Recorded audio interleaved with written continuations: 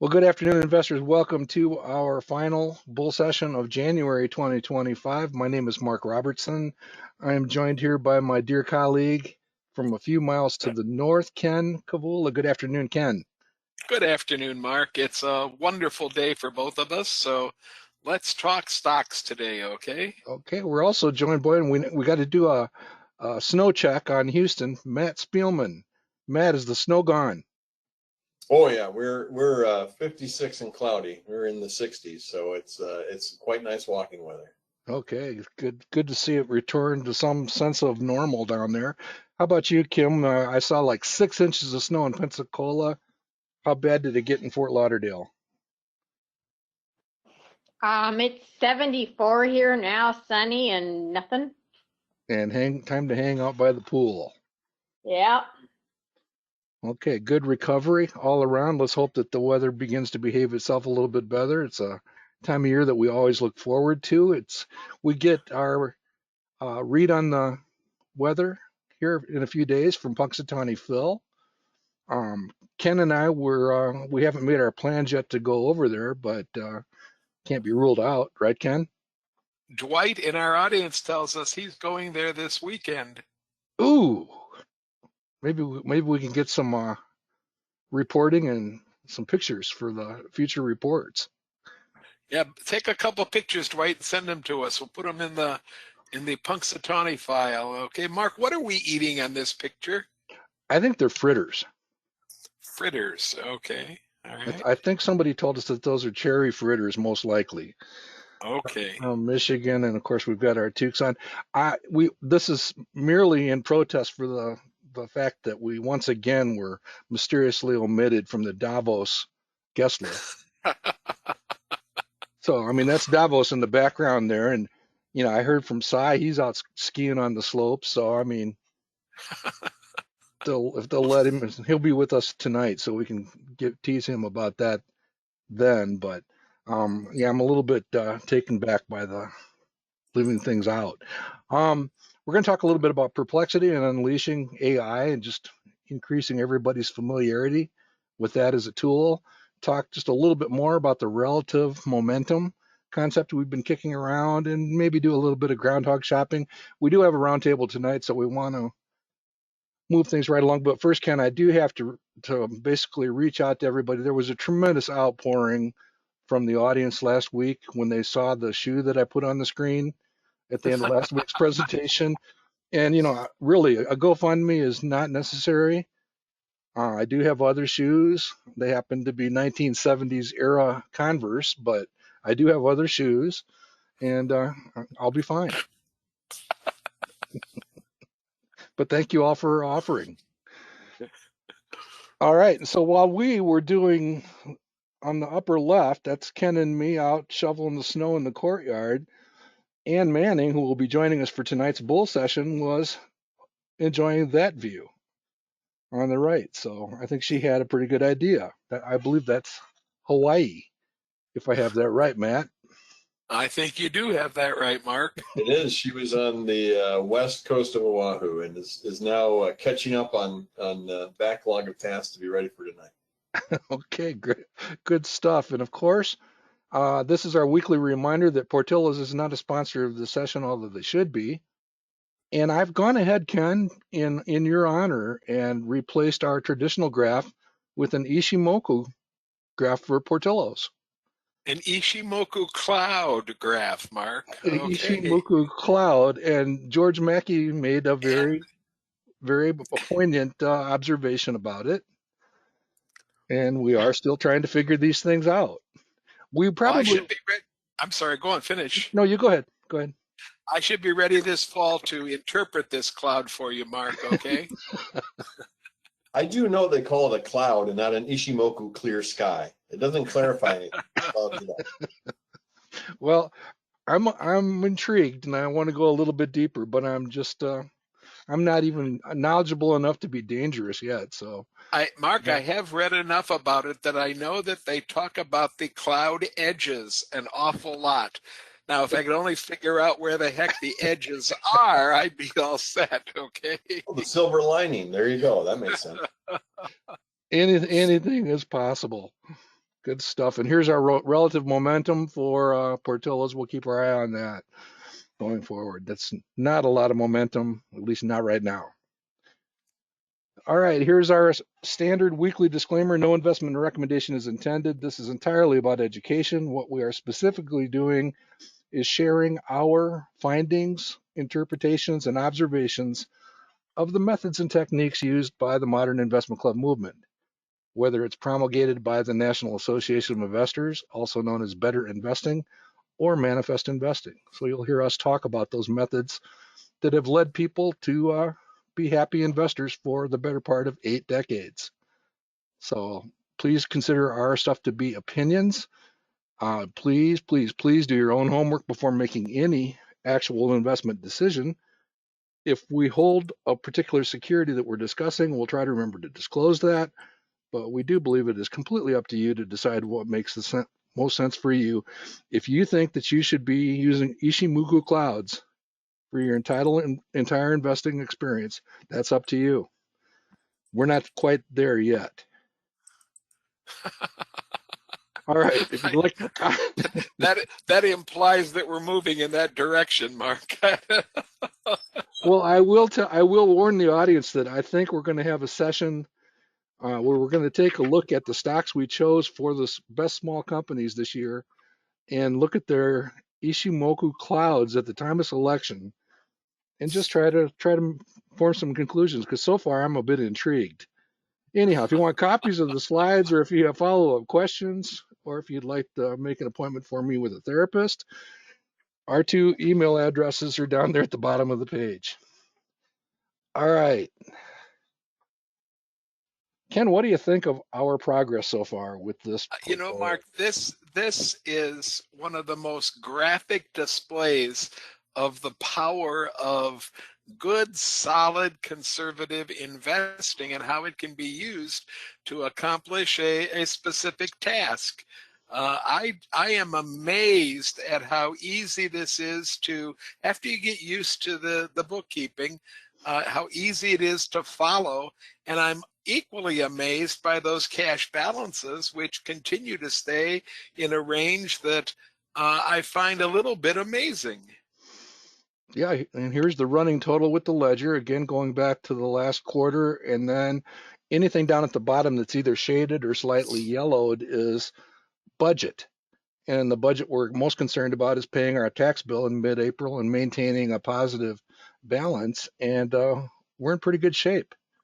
And again, this portfolio was built of a collection of 5 utilities, generating enough dividends, enough projected yield to throw off a cash flow stream to pay an electric bill, an electric utility bill, auto pay. And that's what you see with these $121 payments on a monthly basis. We re-index that and do our monthly plan. I think it's every May or June. It's coming up. You've So anticipated my question that I was going to ask you, Mark. Okay, so okay. We will re-index the utility payment once a year based on the average utility costs from the past year, right? Yep. We use some type of an index to do it. I don't remember what it is, but it'll come up.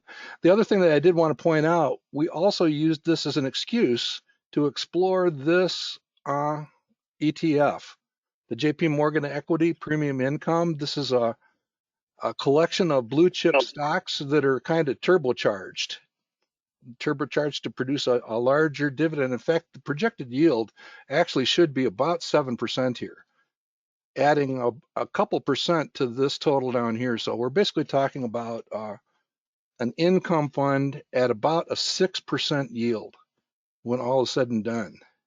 And it's kind of fun to watch. Mark, back when you started this particular addition to this fund, this JEPI, I decided I was going to test it out, and I put $10,000 into the highest paid money market that I could find at my broker, and then I put $10,000 into JEPI, and JEPI is just wiping the floor with the other investment at the moment. I'm a little bit surprised that something that easy can beat a standard money market without very much difficulty. Yeah, we did the same with some of our family funds. And I guess one of the things that I didn't expect, although I should have, our cost basis in the fund is probably about 52. So you not only have this 7% and it pays monthly, that you can see the payments down here, um, thrown off 7% monthly, and we've actually seen $5,000 or $6,000 actual capital appreciation on top of that. So good, clean fun. And we will continue doing this. We might simplify this a little bit mid-year. And I'll just make the point, Mark, for those of you that don't dabble in some of these money market funds or something like that, the share price for a money market fund stays pretty fixed. It doesn't increase Right. like the JEPI price does. So not only are you beating it with the actual results that are coming in the form of the dividend, but you're also beating it with the capital appreciation. It's almost too good to be true, and that scares me just a little bit. But Uh, there has to be a downside to it. But so far, I haven't seen it. I'll second that. I mean, if you look at the actual stocks that are in it, they are very blue chip, very stalwart. And one thing that you might, if you're just becoming familiar with it, you can see the actual entries. Notice that the monthly amounts are variable based on their success with their covered calls. So that's what makes them different every month. And those could go to zero, principal could go down, all that stuff is true. But we're just kind of going along for the ride, learning as we go. All right, and Absolutely. enough on that. Working out pretty well. Here is our quick stop. We have just a few days left. We are literally in countdown mode. And I guess the highlight for me right now is we've got a photo finish in front of us, Ken. We've Well, got, I'm pulling for the cool kids, Mark, only because they have finished in the top 10 so many times and yet don't have a star next to their name. Okay. So I'm pulling for them, but boy, that's a slim lead. That's a $4,000 and $6,000 lead. And that's really slim pickings in a contest involving over $1 million. So oh yeah, Investment Club of America was the highest group entry last week. You can see that they dropped down to ninth yeah, place. yeah. They're still a threat. And Yeah. last night I promised Don that if he had moved up, I would mention his name again. And Don Sheets has gone from 18th to 12th in the contest right now. So keep it going, Don. And yes, Don, you're beating me. Okay. Well, Jim Gallagher appears pretty safe, but we pointed out about a week ago that lead had shrunk down to $200,000, but it's expanded again, and in fact, I believe it's Mama's Creations that are actually bailing him out and keeping him ahead now. The ticker symbol is Mama, and they make food and spaghetti sauce and that type of thing, Well, marinara. and Mark, I was reminded by one of my wolves last night that we mention Jim Gallagher's name all the time when we do this slide, but we never mention Keith Tubbs and Marie Frank. So Keith and Marie, you've been mentioned, okay? Keith Tubbs, well, I have sent notes to Keith and his club partners because the club isn't quite on here, but they've been on here. The Four Corners Investment Club, and Keith Meter is a member of that club at 17, and there's a couple others on here. So that's a formidable investment club. And Keith Tubbs is well, I called him a rock star in the latest correspondence with them, and he's got a couple of really good years under his belt also.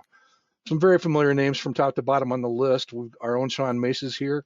And Ken, you and I could sit here and glean this list for a long time. Wouldn't find our names this year. So No, not this year, but I just heard from a friend of ours from Maryland that you're only $50 behind him or ahead of him or something, and you better watch out. So, an obscure photo finish with the yes. with the Maryland crowd. Good stuff. Kathy Wood did sneak back onto the list, and one of our defending champions, the Space Coast Club out of Florida, which is also affiliated with Jim Gallagher, or vice versa. You know what I mean. And I did pull the monkey out, Ken, because they have actually made a bit of a run here lately, so we got to cool him off. Well, I All see right. you didn't put down our places this time at the bottom of the slide. So either I should be thankful you didn't tell everybody where we were, or we moved up too fast and you didn't want to show how far we had moved. That's probably it, right? Yeah, let's go with that. Okay. Actually, I was getting too despondent, so here we go. All right, the next contest does begin on Sunday. The contest comes to an end, literally officially on Friday night because of catching the February 2nd is on Sunday. And this stuff is all still true, all of the mottos that we have. Here are the rules of engagement. If you want to get in this either individually or individually and with an investment club, you can do both. You simply have to send me 5 to 20 selections, investments, and we take the 5 stocks or 8 stocks or whatever it is and divide it up evenly, that $1 million. There aren't any transactions between Groundhog Day this year and Groundhog Day next year. And my email address is right there. Or you can post it in, if you're a subscriber. Many of you have been posting it in the forum. Matt made the observation that NVIDIA is showing up on an awful lot of lists. So hopefully that'll behave between now and Sunday. You got 3 more trading days after today for it to go up and ruin those portfolios, guys. Hold your choices until Saturday, all right? All right, so we welcome anybody and everybody. I expect we'll have pretty good turnout. It is a formidable field, so it's kind of fun to compete against it. All And right. Mark, Dwight's not asking, but I'll ask on his behalf. How many, I don't see it on here, how many bonus Groundhog dollars do you get for actually submitting your list from Punxsutawney? It would be so sacred. I can't even put a price tag. It would be priceless. Oh, okay. I tried. Fair enough. Fair enough. All right, moving on to our look at the market. Again, we use the value line arithmetic average as a gauge of the market because it does represent all of the above investing. Those are the green quarterly bars. The bubbles on here, or the trends, are literally the forecast, either from value line or from manifest investing. As the time has gone by, you can see that the forecasts have actually run together pretty well. Right now, the average stock checks in at about a 9% return forecast. And I think that's slightly down from last week when it comes to value line. And then in one of our AI demonstrations during this session, I asked one of my AI programs to write a market summary for last week in the voice of Louis Rukeyser. And any of you out there that want to show your age and admit it to yourself, I dare you to read that without reading it in his voice. You can't do it, can you, Ken? Well, I was very impressed with the paragraph, Mark. I'll tell you that. I love how he closed this particular statement. And then if you really miss Lou, you can actually do a forum search on manifest investing. And Hugh McManus had shared a number of Louis Rukeyser moments on the forum, and they're kind of fun. They're YouTube videos. So you can actually go back and watch a couple of the old shows, including some of the October Black moments when he was just simply Lou, as Lou could be. All right, anything else here, sir? Nothing. Interesting chart. Fairly valued stock market right now for the most part. Maybe a little teeny bit overvalued, but not enough to worry about at the moment. There still are opportunities out there. Thank goodness for Groundhog. All right, Ken, here's that chart that we put up from time to time. The one thing it says to me is, why do we spend so much time worrying about the red spots on here? And we being average investors, although none of us are average investors. What do you think? Well, I agree with you, Mark, and and even though we're graphing an index that stalled out for a decade in the beginning of this century, we're looking at a line that's moving in the right direction. And if you're a long-term investor, you've come out of all of the bad things feeling pretty good, I think. You got to be patient. You have to have a little bit of a heavy-duty sense of I'm not going to budge from some of my long-held convictions, and you shouldn't let something like yesterday, when all the talking heads were saying one thing, and then today when they're saying almost the opposite thing, you shouldn't let them bother you that much. It's just, I watched one of the guys on CNBC this morning say, it wasn't even a correction yesterday. And it only went back to where it was sometime in December, NVIDIA. And so, just be patient and stick to your guns. Yeah, and my Robinhood portfolio was like minus 4% before the market opened, and then it shot up to plus 2% within like a couple hours. So I made a comment to Sean Mace, yeah, 6% move in literally 30 minutes or whatever it was. He goes, oh yeah, that's normal, and went back to work. Yeah, it was quite a day, but long-term perspective matters. All right, here's our quick look at the 10 most widely held stocks by Manifest Investing subscribers. This would match very closely with the Better Investing Top 100, and basically their performance measured over the last 10 years. There are a couple of exceptions to that time scale on there. The Tin Cup goes back to 1994. We've been doing the Investing Roundtable, which we will do again tonight, since 2010. And that particular demonstration has worked out pretty well over time. We were up above 5, so let's hope we can return to that threshold. But pretty good collection of companies is, again, the fact that they are very widely held by our subscribers, pretty important. The two down at the bottom are have been a bit sluggish.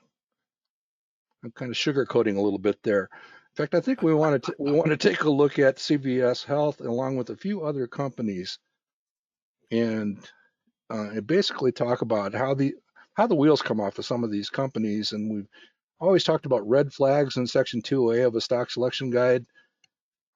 Maybe we need to learn to take those a little bit more seriously with a company like that, and we'll take a look at that in a future segment for sure.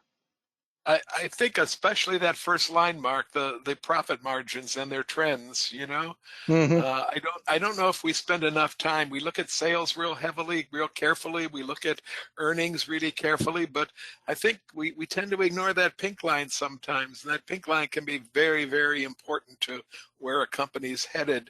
I like to see Buttonwood nice, firmly nestled among the indexes right now after a little bit more than a year in existence, and it's moving up nicely. I expect the relative return to turn green in the next 3 or 4 months. So let's see if I'm a good prognosticator or if I'm just blowing smoke. Okay. What could possibly go wrong?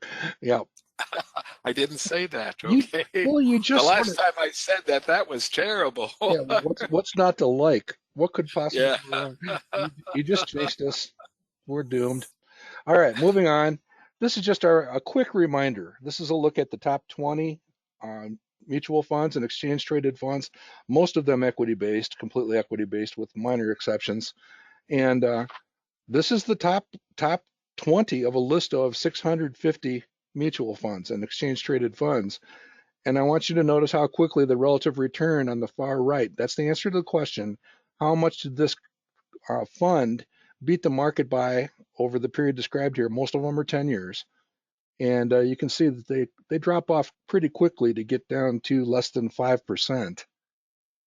But the interesting thing is, and this is again, I think we need to tackle this as a separate segment, but it's simply a lie to say that no professional investors beat the market on a regular basis, because that's not true.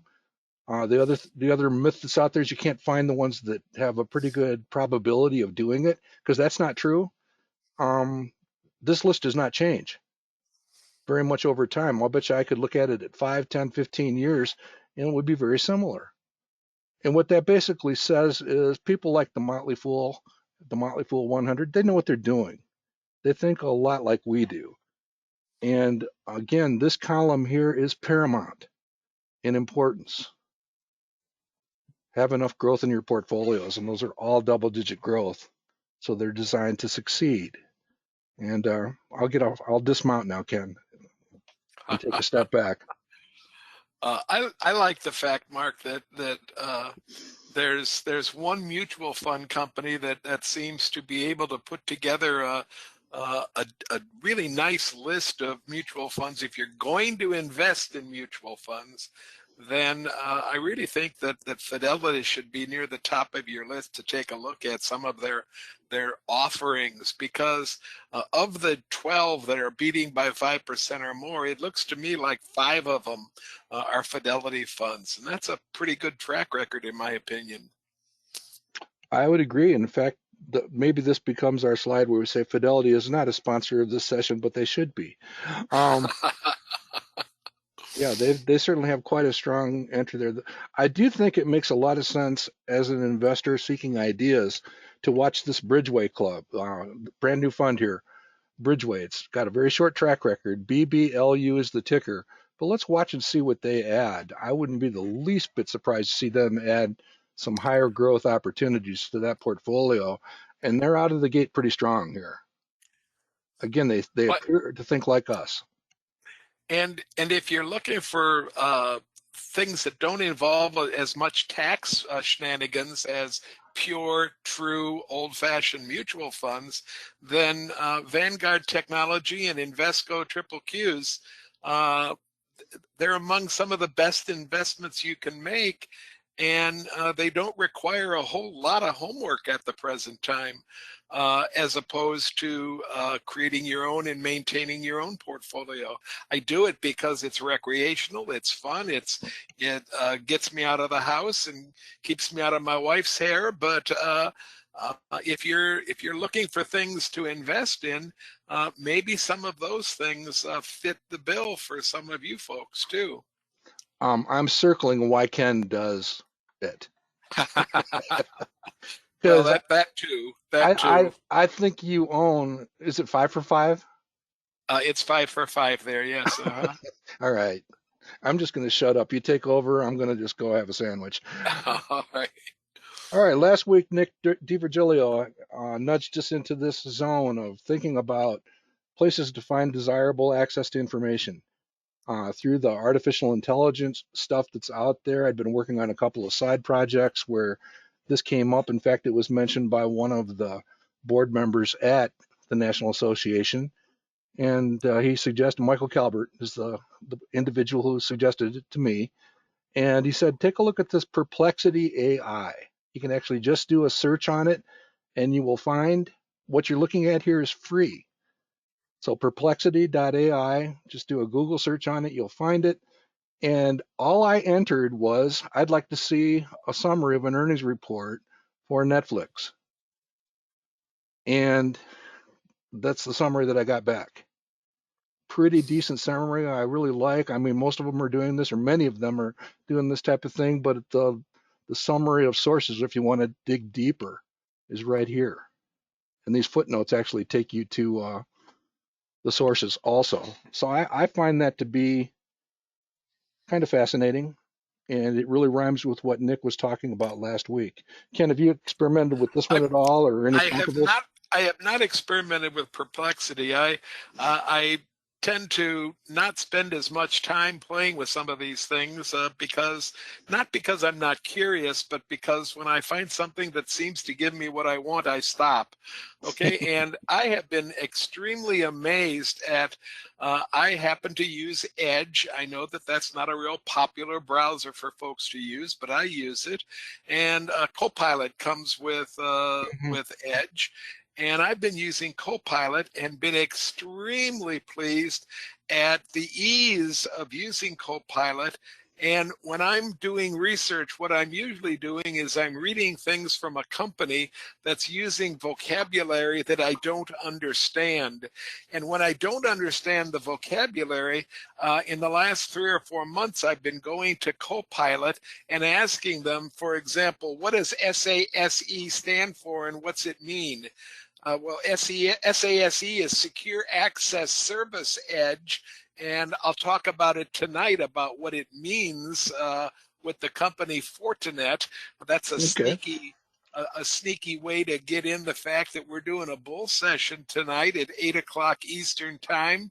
If you haven't registered, go to the Mid-Michigan chapter webpage on the Better Investing website. You can register there. You can register at Manifest Investing under the coming events or just events tab. And if you can't find either of those things, drop me an email and I'll send you a link to come to the roundtable tonight.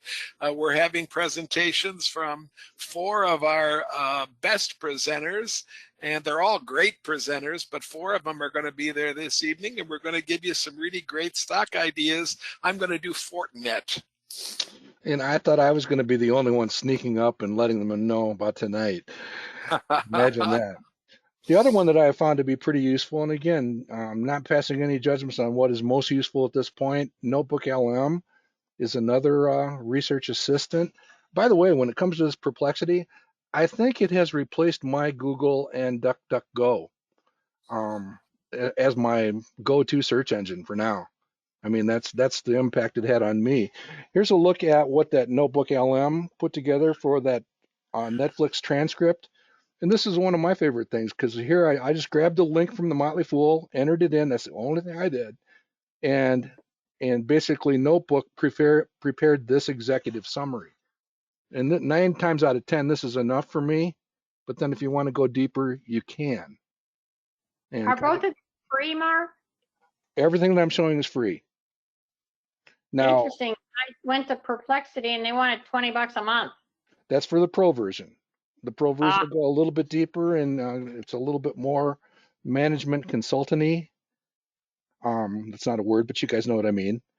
Consultant speak, but you can. I am exploring that also, but everything that I'm showing here is free.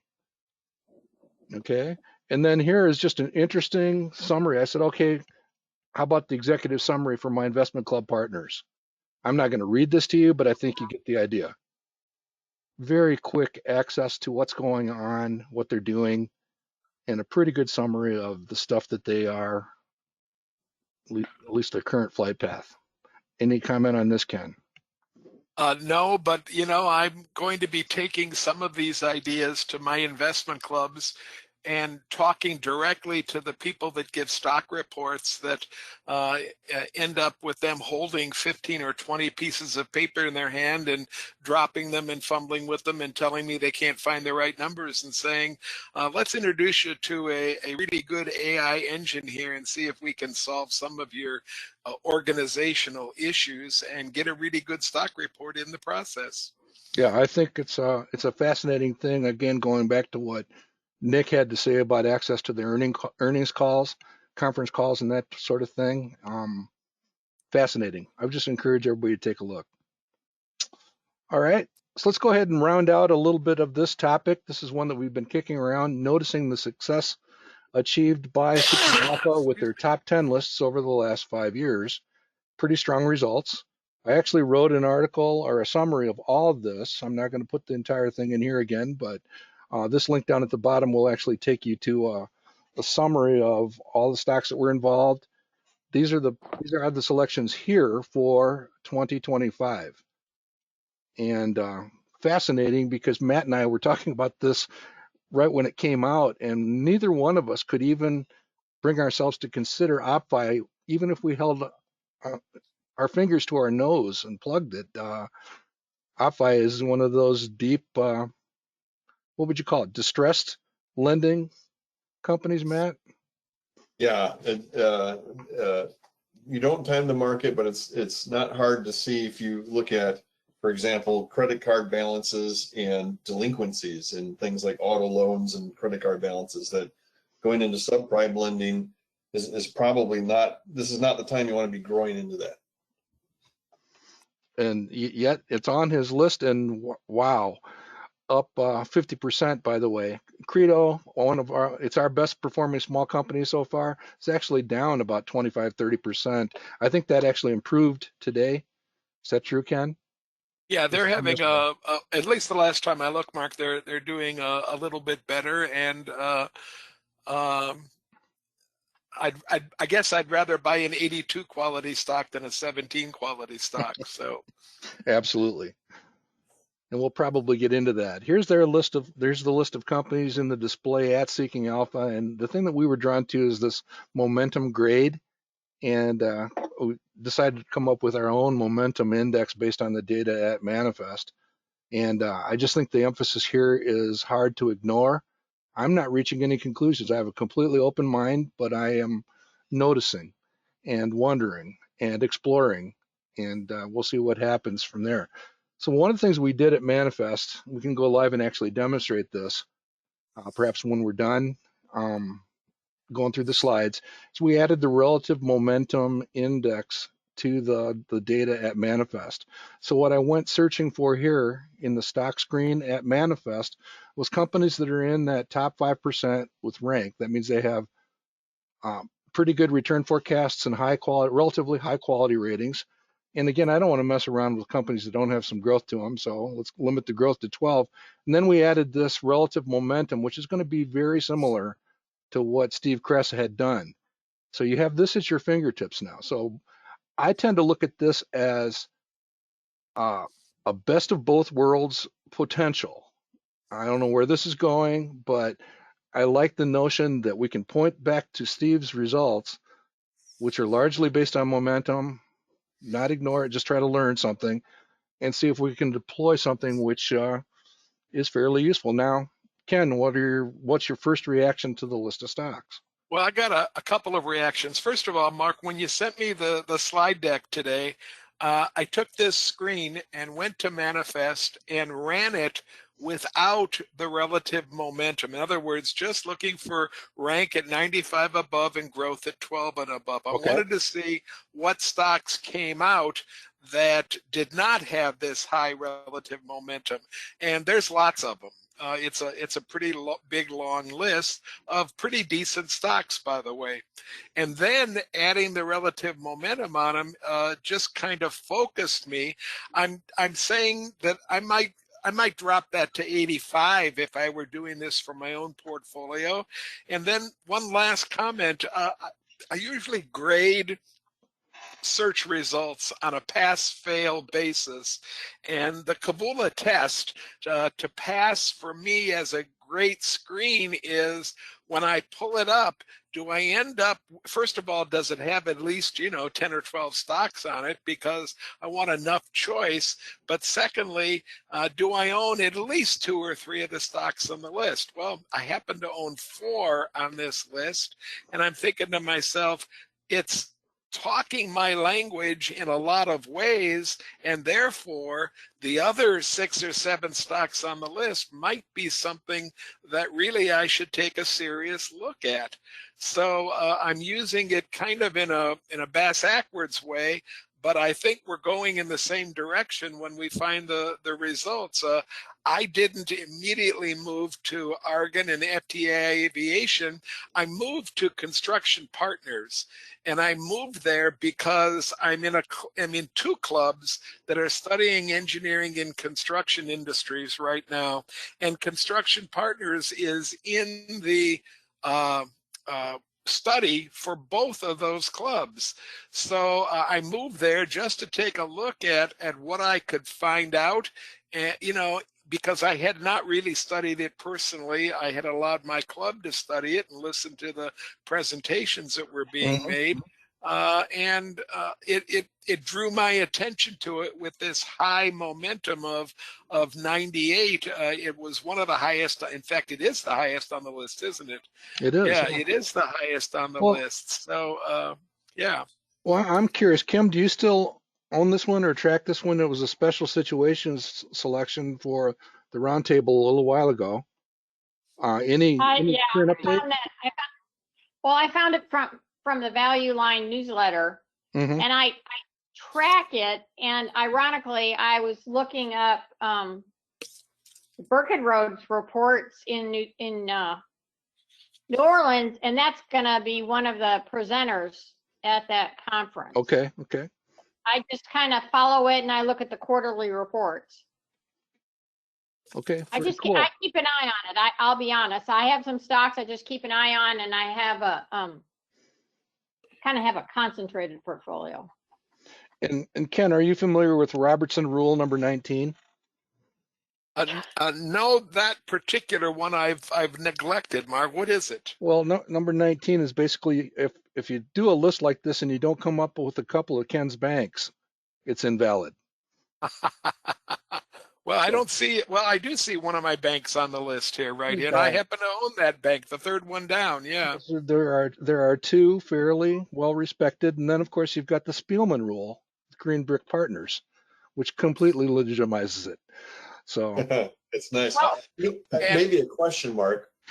yeah, So one thing I wouldn't want people to take away when we're talking momentum and you start connecting it to things on TV, right? So it's not that Green Brick is sitting here at its 52-week high, right? It's at just shy of $62 today. Its 52-week range is $50.67 to $84.66. So it's actually on the middle low end of the range. So this is not right. like this is not like a Magnificent Seven sort of territory. But what is the time frame we're looking at for relative momentum here to get that idea? Yeah, what you're basically trying to capture, I would put it, I'm going to try to back up from the math. You're basically talking about two flavors of stocks. The first is something that has really been beat up. It's oversold, and the relative strength index is down around 20 or 30, and it has begun. Some of the recent price action has been back in the right direction, just like Ralph Acampora told us. So you're looking for those. Those are very consistent with Hugh McManus's Irish Spring. I want to shop near 52-week lows, that sort of thing. So you've got that flavor of investment opportunity. The other one is well, let's use Nvidia as the example. Company trading near its all-time highs and just having this massive price momentum. And when you look at the Seeking Alpha momentum grade, this is basically the 1-year change or the 1-year total return for these companies compared to everybody else. So you are part of the mix here is those companies which has just been on a very steady, persistent climb. So persistent climbers versus those 52-week low opportunities, and they both can show up here. Yeah, very good. Okay. That definitely describes them both. Kim, somebody in our audience would like just a little tiny bit more information on that Value Line newsletter that you were talking about. What were you referencing there? I can get Value Line through my library. And when I sign into Value Line, there's a box on the right-hand corner on the web page, and they have a special situations newsletter.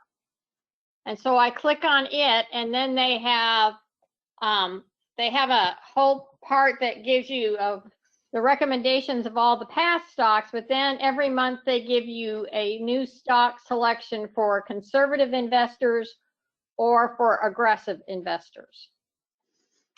And one of the things I found out is that each library systems pays a different level to Value Line to be able to offer new and different things. Yeah, that was the only thing I was going to add, Kim, that not all the bells and whistles are available through every library for the Value Line subscription. But if your library has it, it's a wonderful, that special situations newsletter is a wonderful thing to read, and you can read it weekly. It appears weekly. It doesn't appear monthly. It appears weekly. So if you have the time to read it weekly, that's a good thing. So in the spirit of Groundhog Challenge shopping, there's 3 companies that are on my short list to scratch my head over, and more can be done. This is a company I was not all that familiar with. I just wanted to check some of the numbers and become slightly more familiar. This is that FTI Aviation that shows up right here. They appear to be a fairly direct competitor to Air Lease and AirCap, but not a tiny company, but they are in a very interesting part of the market. I asked Matt the question, does this emphasis on a couple different types of engines make them kind of like Southwest Airlines, where they'll only use a certain line of airplane? Is it a similar situation? And you want to give a 35,000 foot view of this company, Matt? Yeah, I guess my viewpoint, and I don't know them too much. I know the industry, so I know they're like. But the CFM 56 is the engine on the 737 and on a good part of Airbus A320s. So the single aisle airplanes that pretty much everyone flies on domestically. So it makes sense to go there. There's plenty of room for things to go there. I'd say they're bread and butter. I haven't found a proportion, even though they say they lease aircraft too. Their bread and butter is engines, which is its own separate business. AirCap got a significant amount of this when they bought the leasing. They bought the leasing business from GE when GE broke up, and so they lease the engines themselves. There's an arrangement called Power by the Hour. So instead of having a particular engine that when you need maintenance, when it needs heavy maintenance, has to be taken apart, takes a long time. They simply take it off your plane and put new ones on your plane, and you're back in business. And so you pay them by how often you fly, and so how much you're wearing those engines down. And that's where it comes in. You see, they're a maintenance, repair, and exchange operation. So they're doing their own maintenance on those engines. Their efficiency comes in passing them along to aircraft and keeping them in the air, and keeping the fare running on them. But that seems to be the niche. It's not surprising they lease some airframes too. It's probably how they get some engines. But I don't have a lock on what the proportion is in those businesses at this point.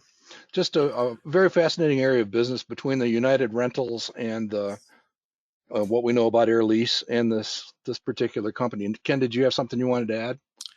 Well, yeah, I want to caution folks that when we're looking at a company where the earnings are non-existent for quite a few years in the last 8 or 10, and what earnings there are sporadic and unpredictable, the EPS growth forecast, which is done by a mathematical regression, becomes something that might be you'd want to pay very close attention to. Notice that in this particular analysis, the EPS growth forecast is at 47%. And it's, that's a number that I would take with a huge grain of salt when I was studying, if I were to study this company, because I'm not sure that there's any predictability of any kind in the earnings at the moment. Yeah, without question. Fairly early stage, but leveraged into a fairly interesting field of opportunity also. So just something to think about. Very profitable, very, very profitable. Look down here at these numbers. Interesting stuff. Okay. Quick look at NVIDIA, just because I think the analysts are starting to lose their minds again. The price action here in the last couple of days has been weird. There's all this talk about this deep China thing. And I just grabbed the numbers and we're looking at it pretty carefully. I think that when you look at the company NVIDIA, there certainly was a moment there a couple of years ago where all the AI and quantum stuff kind of took off. And as I look at the company, and this is just me, my attention is drawn to the more recent history in combination with fairly close forecasts. And this number out here on the right, value line, is perhaps below everybody else. And again, I just urge everybody to measure it. Our upper 20s growth forecasts, those give me a migraine for virtually any company, including NVIDIA. And I was just out there searching for something which made a lot of sense because I'm of the opinion, and I may be wrong, that growth trajectory is not going to continue for the next 10 years. I don't believe that. I could be wrong. So just something to keep in mind as you think about this kind of stuff. I would urge people as they try to come to grips with this, notice how much Value Line and Morningstar and some of the other services really struggle with characterizing the companies. These numbers are huge. Basically saying they missed by quite a bit over time. So just keep that in mind. We talk about it a lot. And then as Matt was saying on the forum this morning, that huge drop in NVIDIA, which did come with a significant amount of volume here, only puts the company back where it was just a few months ago. Well, So, and Mark, I just looked it up. The company's now trading right now at about 128. So it's some moved to recovery already. Yeah. it's moved to the bottom of the even more recent range right now, where it was. So Yeah, it bounces around quite a bit. Frankly, I was tempted to buy a little bit at that 120 or 115 range. I chose not to after kind of rethinking some of this stuff. So there you go. This one in here is in here for Ken. The Ichimoku Cloud for NVIDIA. I'm not sure, although I don't think I've seen this type of a right hand. We care about the edges of the clouds or whatever. Um, don't ask me, Mark. Okay. do we have an interpretation of that yet? I guess we're still working on it. I mean, I have a 5-year-old granddaughter that does drawings like this. So what I do want, I don't want to be completely disrespectful here. not at all. And I'm sure that if you studied this, that there would be reasons for everything that's going on. My problem is that my experience with working with adults is that if you make it too complicated, and I'm talking a stock selection guide sometimes, if you make it too complicated, then people just turn it off and don't even think about it. And I'm just kind of certain that the theories behind all of there's 8 different indicators that make up this cloud. I know that much about it. And it would take a heck of a lot more time for us to get serious about the Ichimoku cloud, I tell you. And as I hinted at, I don't remember if I did it here or in the green room. I was looking and kind of flipping through our selections for the best small companies and going back a year. And the ones that disappointed looked bad in the cloud, and the ones that didn't had strong cloud formations. So we probably will come back to that. All right, so let's go back to Perplexity, come back full circle. Here's an interesting question. Again, I just went to Perplexity, the search engine, and typed in that question, and here's the output. I think that that's got utility.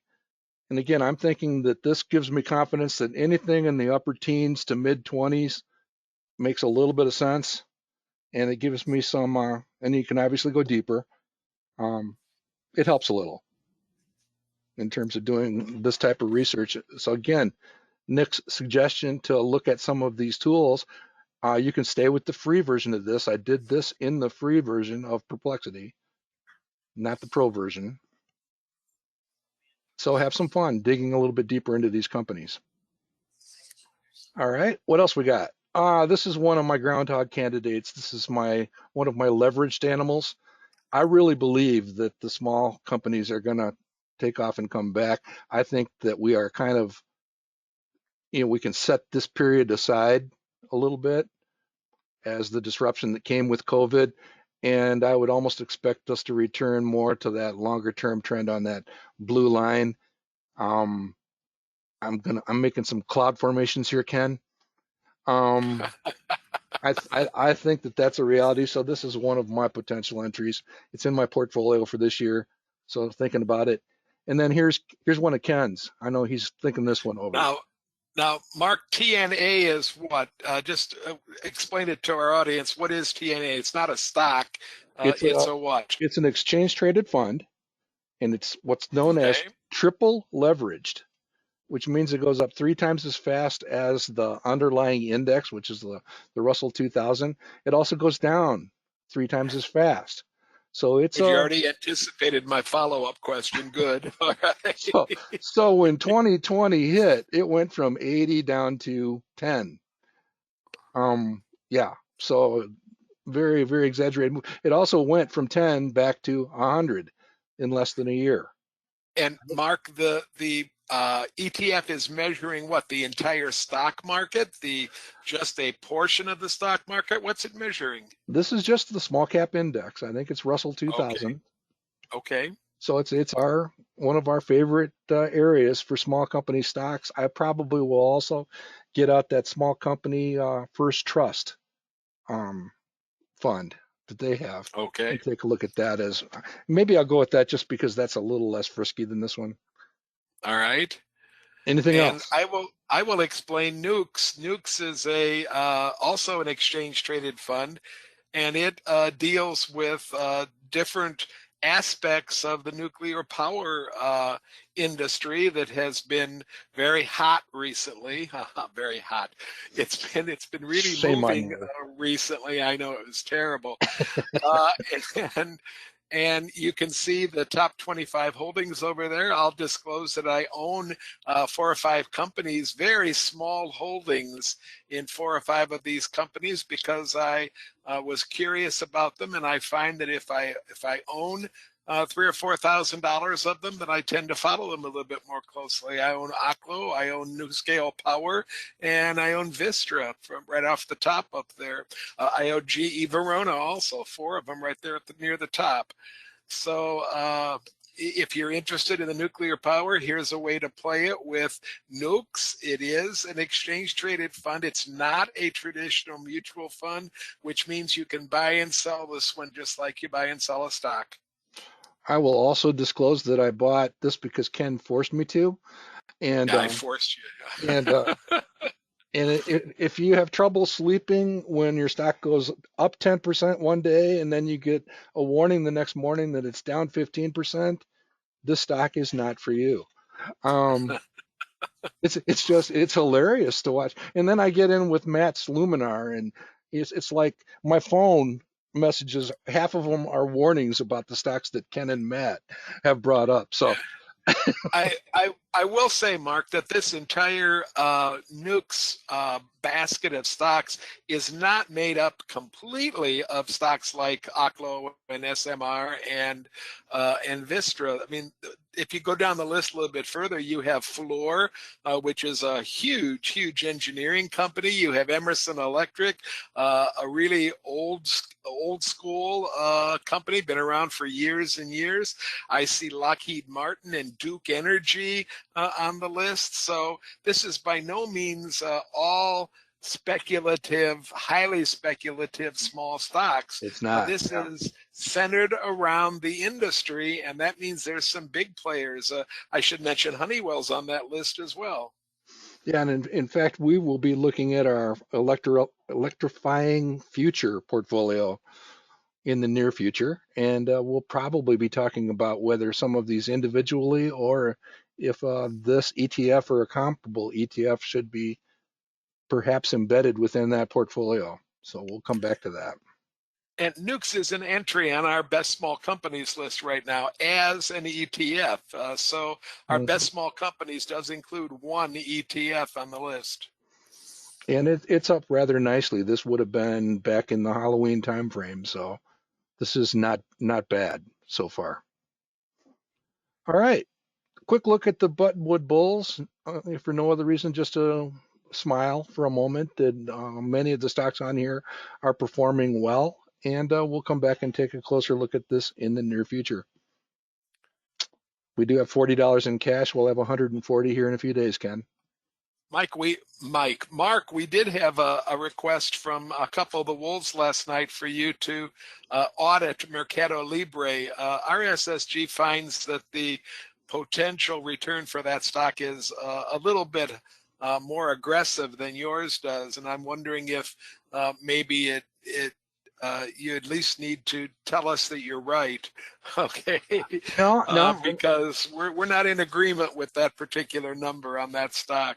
Yeah, and let me back up and take a deep breath and just let everybody know this is that time of year when the data services switch years, calendar years, and it can really mess up the data. So I'm hunting from top to bottom on the list. Bob Shaw gave me advanced micro this morning, Ken. Um, the analyst forecasts were actually confused about what years they were ending up in. Long story short, we'll take a look at it and we'll come back and tell everybody, what was causing that variance next week. But just be patient with me. I have 200 groundhog reports to compile this weekend. Um, lots of beer and adult beverages are planned. Self-inflicted wounds, Mark. Self-inflicted wounds. Okay. Actually, they'll all be done by probably about 9 o'clock on Friday, believe it or not. Mark, I do want to just point out before you get off of that that Buttonwood has very quietly crept over MyPar.